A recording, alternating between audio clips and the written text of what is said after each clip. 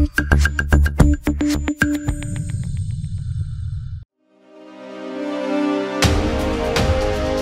Ketahanan Pangan Kota Kupang gelar pangan murah serentak peringati Hari Pangan Sedunia ke-44.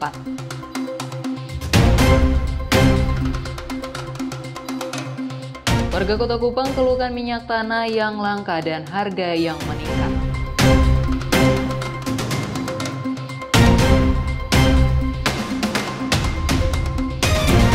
Fakultas Ekonomi dan Bisnis Universitas Nusa Cendana menggelar kuliah umum bertema bonus demografi, investasi, dan edukasi. Halo, salam sejahtera pemirsa. Selain 3 topik utama tadi, hari ini kami juga menghadirkan beberapa informasi penting lainnya. Anda juga dapat menyaksikan Timur Sepekan dan program menarik lainnya melalui live streaming www.timortv.com. Bersama saya Novita Lalukenda, selamat menyaksikan Timur Sepekan di Timor TV, ini TV Kotong.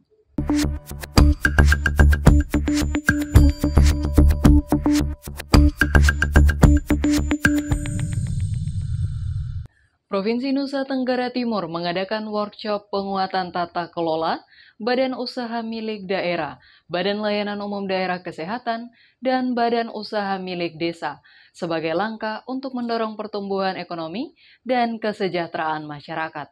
Berikut informasi selengkapnya untuk Anda. Dalam rangka memperkuat tata kelola Badan Usaha Milik Daerah, Badan Layanan Umum Daerah Kesehatan, dan Badan Usaha Milik Desa, Provinsi Nusa Tenggara Timur menggelar workshop penguatan tata kelola dengan tujuan meningkatkan kontribusi mereka dalam pembangunan daerah. Workshop ini dibuka oleh Kepala Perwakilan Badan Pengawasan Keuangan dan Pembangunan BPKP Provinsi Nusa Tenggara Timur. Rizal Suhaili menyampaikan pentingnya kualitas tata kelola interaksi antar mitra kerja dan peningkatan mutu pelayanan kepada masyarakat luas. Tentunya workshop ini menjadi hal yang sangat penting bagi kita semua, mengingat tata kelola itu menjadi satu keharusan. Tata kelola yang baik akan menjamin mutu kinerja dari badan usaha kita kelola, BUMD kita kelola, bahkan BUMDes kita kelola menjadi lebih akuntabel dan mudah-mudahan lebih bermanfaat bagi masyarakat luas. Workshop ini diselenggarakan sebagai maksud adalah untuk lebih mendekatkan BPKP sebenarnya dengan para mitra kerja kami seefektif. Oleh karena itu, kami berharap hal ini akan semakin meningkatkan saling interaksi antara kita, apa yang BPKP bisa berikan atau apa yang dapat digunakan dari kehadiran BPKP itu bisa kita pastikan untuk dengan baik. Materi yang dibahas dalam workshop ini mencakup pengelolaan keuangan yang transparan, peningkatan layanan publik, serta penguatan peran ekonomi desa melalui BUMDes. Sekretaris Daerah Provinsi Nusa Tenggara Timur pun menegaskan pentingnya konsolidasi dan pelayanan yang bermutu bagi kepentingan masyarakat. Di tingkat pemerintah daerah, saya pun sadar, saya pun paham bahwa ini adalah dua instansi yang berbeda. Satunya itu adalah unsur perangkat daerah dan BPKP itu adalah instansi vertikal. Tetapi baik instansi vertikal maupun instansi horizontal yang saya sebagai sekdanya itu sama-sama melaksanakan tugas, salah satunya itu adalah pelayanan.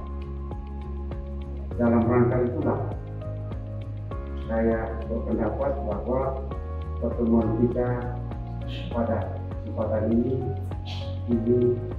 perspektifnya saja berbeda, tetapi yang dituju itu adalah satu dan sama, yaitu terkait dengan yang tadi saya katakan dalam surat edaran makro tentang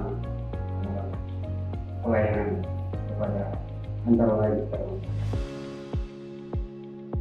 Melalui workshop ini diharapkan Badan Usaha Milik Daerah, Badan Layanan Umum Daerah Kesehatan, dan Badan Usaha Milik Desa semakin kuat dalam tata kelola sehingga mampu memberikan kontribusi nyata bagi pembangunan di Nusa Tenggara Timur. Dari Kupang, Tim Liputan Timur TV melaporkan. Dinas Ketahanan Pangan Kota Kupang menggelar gerakan pangan murah peringati Hari Pangan Sedunia ke-44 yang bertujuan untuk menekan inflasi dan stabilkan harga bahan pokok Kota Kupang, Nusa Tenggara Timur. Dalam rangka memperingati Hari Pangan Sedunia ke-44, Dinas Ketahanan Pangan Kota Kupang menggelar gerakan pangan murah serentak pada Rabu 16 Oktober 2024 di halaman Mall Pelayanan Publik Kota Kupang. Kepala Dinas Ketahanan Pangan Kota Kupang Iskandar Kapitan menjelaskan bahwa kegiatan ini merupakan bagian dari upaya pemerintah untuk memastikan harga bahan pokok tetap terjangkau bagi masyarakat, serta sebagai langkah rutin yang dilakukan untuk mengendalikan inflasi di wilayah Kota Kupang. Dari Badan Pangan Pusat yang ada di daerah, ini hari belum internasional. Kegiatan ini sebenarnya 2 kali. Kemarin pertama bulan Maret kemarin di alun-alun pejabat, alun-alun itu. Ini yang kedua terakhir. Tapi harus diingat bahwa ada kami punya dana APBD juga akan kami laksanakan setelah menjelang hari raya Natal, Tahun Baru. Nanti kita akan lakukan di lurah-lurah di satu kecamatan 3 lurah titik. Kegiatan pangan murah ini mendapat sambutan positif dari warga Kota Kupang yang memanfaatkan kesempatan untuk membeli berbagai kebutuhan pokok dengan harga lebih murah dari harga pasar. Dalam acara tersebut hadir pula penjabat Wali Kota Kupang Linus Lusi yang menyampaikan apresiasi terhadap pelaksanaan program ini. Menurutnya, program pangan murah seperti ini sangat membantu masyarakat di tengah kondisi ekonomi yang bergejolak. Program ini juga dianggap efektif dalam menjaga kestabilan harga dan menekan inflasi di tingkat lokal. Pemerintah memiliki kepedulian tinggi. Istilah pangan murah itu bukan berarti tidak berkualitas. Standarnya sama, cuma harganya diturunkan semaksimal mungkin. Harga di bawah harga pasar, sehingga seluruh masyarakat yang kena 1 dan 2 mereka bisa membelanja. Jadi penting menjaga kestabilan inflasi dan ekonomi lain. Nasa, salah satu warga yang juga menjual bahan pokok, berharap program pangan murah ini dapat terus dilaksanakan. Ia menyampaikan kegiatan ini sangat membantu dalam memenuhi kebutuhan sehari-hari, terutama di tengah lonjakan harga bahan pokok. Jadi harapan pemerintah terus melakukan kegiatan seperti ini juga bagian dari potong menolong petani. Karena kalau harga makin naik kan kesian juga dengan tetap orang-orang biasa yang mau beli untuk kebutuhan ini juga repot juga ya. Kedepannya, pemerintah Kota Kupang berencana melanjutkan program pangan murah ini hingga ke tingkat kelurahan, terutama menjelang perayaan hari-hari besar seperti Natal dan Tahun Baru. Dengan keberlanjutan program ini, diharapkan masyarakat Kota Kupang dapat terus terbantu dalam memenuhi kebutuhan pokok dengan harga lebih terjangkau di tengah dinamika harga yang fluktuatif. Dari Kupang, Tim Liputan Timur TV melaporkan. Di tengah kesibukan Kota Kupang, masalah kelangkaan minyak tanah kini menjadi perhatian serius bagi masyarakat. Hampir 2 pekan terakhir, warga terpaksa antri berjam-jam hanya untuk mendapatkan minyak tanah yang mulai sulit ditemukan. Di tengah kesibukan Kota Kupang, masalah kelangkaan minyak tanah kini menjadi perhatian serius bagi masyarakat. Sudah hampir 2 pekan terakhir, warga terpaksa antri berjam-jam untuk mendapatkan minyak tanah yang mulai sulit ditemukan. Yanti Martini, salah satu warga Kota Kupang yang juga mengeluhkan kenaikan minyak tanah yang terjadi. Selain itu, dirinya mengaku harga minyak tanah juga mengalami kenaikan. Karena pemerintah selalu kasih naik lebih tinggi, jadi masyarakat yang kecil nggak bisa beli. Mereka mau pakai kayu api juga, kasihan, semua rumah sudah bikin di halaman semua pakai rumah. Jadi yang mau ambil kayu di mana, mau bakar pakai apa? Kalau bisa pemerintah kasih turun supaya bisa masyarakat bisa.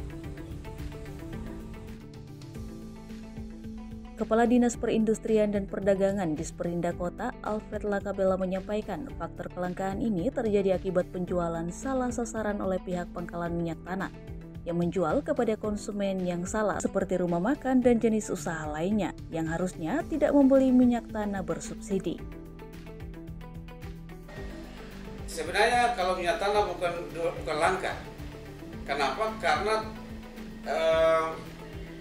target atau kuota yang diberikan oleh Pertamina ke agen itu masih seperti tahun lalu.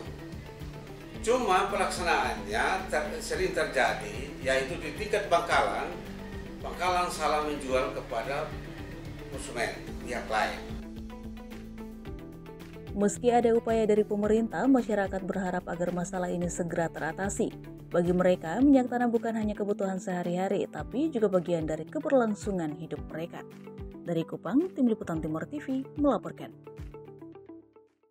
Pemirsa, usai jeda akan ada informasi seorang warga desa Bidihunga, Kabupaten Sumba Timur, hilang saat mandi di air terjun Harunda.